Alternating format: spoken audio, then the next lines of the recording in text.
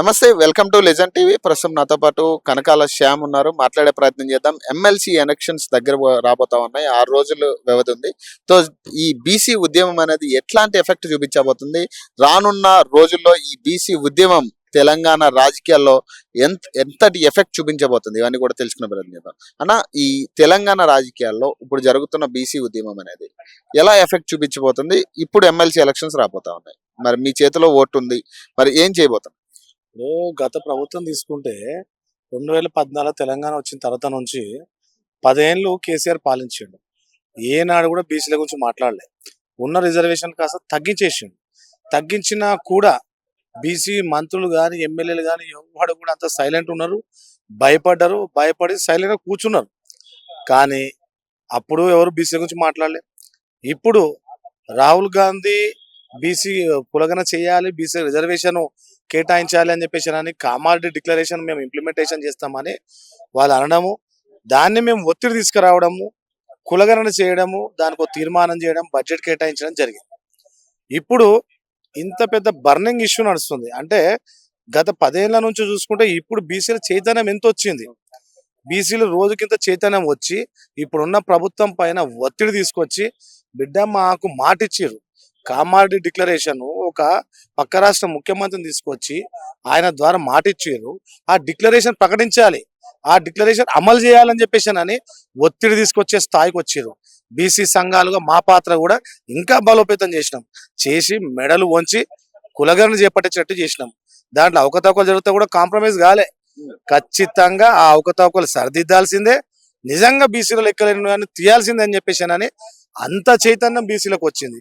కాబట్టి ఇదే పెద్ద ఎగ్జాంపుల్. మనం ఇక ఇప్పుడు ఈ ఎలక్షన్లు, ఎమ్మెల్సీ ఎలక్షన్లలో కూడా వీళ్ళు బలిసిన వాళ్ళకి, అగ్రవర్ణాలకు టికెట్లు ఇచ్చారు. కానీ బీసీలు మాత్రం ఫుల్ చైతన్యమై ఉన్నారు. ఇక్కడ గ్రాడ్యుయేట్ ఎమ్మెల్సీ ఎలక్షన్లో కానీ, ఇటు ఉపాధ్యాయ ఎమ్మెల్సీ దాంట్లో కానీ పూర్తిగా బీసీ బిడ్డల్ని గెలిపించుకోనికి సిద్ధంగా ఉన్నారు. డబ్బులే ఇక్కడ ప్రధానం అని చెప్పేసి చాలా మంది అనుకుంటారు. డబ్బులు ఇస్తే ఓట్లు ఇస్తారు, డబ్బులు ఇస్తే అయిపోతుంది అని చెప్పేసి. కానీ డబ్బులు చాలా అన్ని సందర్భాలు పనికిరావు, కొన్ని సందర్భాలు పనికొస్తాయి. కానీ బీసీ జనానికి, బీసీ జాతులకి ప్రతి ఒక్కరి చైతన్యం వచ్చింది. అరే ఏంద్రా, ఏ స్టేట్ పేపర్ చూసినా, ఏ టీవీ చూసినా కూడా బీసీ బీసీ బీసీ అని చెప్పేసి గొంతెత్తుతున్నారు. కాబట్టి మన జాతులకు ఒక న్యాయం జరిగే రోజులు దగ్గర పడ్డాయి, మనోళ్ళనే గెలిపించుకుందామని చెప్పేసి అని కూడా ఇటు మల్క కొమరయ్యని కానీ, ఇటు ప్రసన్న హరికృష్ణని కానీ, ఇటు పూల రవీందర్ గారిని కానీ వాళ్ళని గెలిపించుకోవాలని చెప్పేసి నినాదం ఎక్కువ. ప్రతిపక్ష నాయకుడు ఇప్పటిదాకా ఎక్కడా కూడా ఈ బీసీ ఉద్యమం గురించి కావచ్చు, బీసీలకి అన్యాయం జరిగిందంటూ కూడా ఒక కేసీఆర్ ఎప్పుడు ఒక ప్రెస్ మీట్ లో కూడా మాట్లాడినట్టుగా తెలియట్లేదు. నిన్న ఆయన భవన్ కు వచ్చిన పరిస్థితి, అక్కడ కూడా ప్రెస్ మీట్లు ఎక్కడా కూడా బీసీ ఉద్యమానికి సంబంధించి కానీ, బీసీకి జరిగిన అన్యాయం గురించి కానీ ఎక్కడ మాట్లాడలేదు. మరి ఒక పక్కేమో కూతురు మరి బీసీ ఉద్యమం చేస్తా ఉంది. ఎట్లా చూడాలి వీళ్ళ అసలు కేసీఆర్ కి బీసీలు అంటేనే వాడదు. ఎందుకంటే ఉన్న 10 ఏళ్లలో ఏ మహనీయ జయంతికి కూడా వచ్చో పూలదండ వేసిన చరిత్ర లేదు. ఓ కొండా లక్ష్మణ్ బాపతికి కానీ, ఓ జ్యోతిరావు పూలకి కానీ, ఒక సర్దార్ సర్వాయి పాపన్నకు కానీ ఏ జయంతికి కూడా వచ్చి ఒక పూలదండ వేసిన చరిత్ర కేసీఆర్ కు లేదు. 10 ఏళ్లలో కూడా బీసీలకి పైన ఒక కోపము, పగ ఉంటది కేసీఆర్ కి. అందుకే ఉన్న రిజర్వేషన్ కూడా తగ్గించిండు.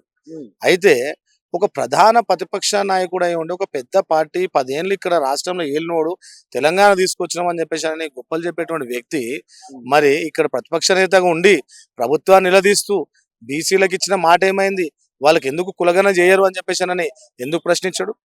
అంటే ప్రశ్నిస్తే 10 ఏళ్ళు నేనేం చేసినా ఈ బీసీలకి అని చెప్పేసి అని తిరుగుబాటు వస్తుంది. ప్రశ్నిస్తే బీసీలకు నేను చేసిన అన్యాయం గురించి మాట్లాడాల్సి వస్తుంది అని చెప్పేసి అని అతనే ఈ టాపిక్ గురించి మాట్లాడకుండా ఫామ్ హౌస్ లో వండుకుంటుండు.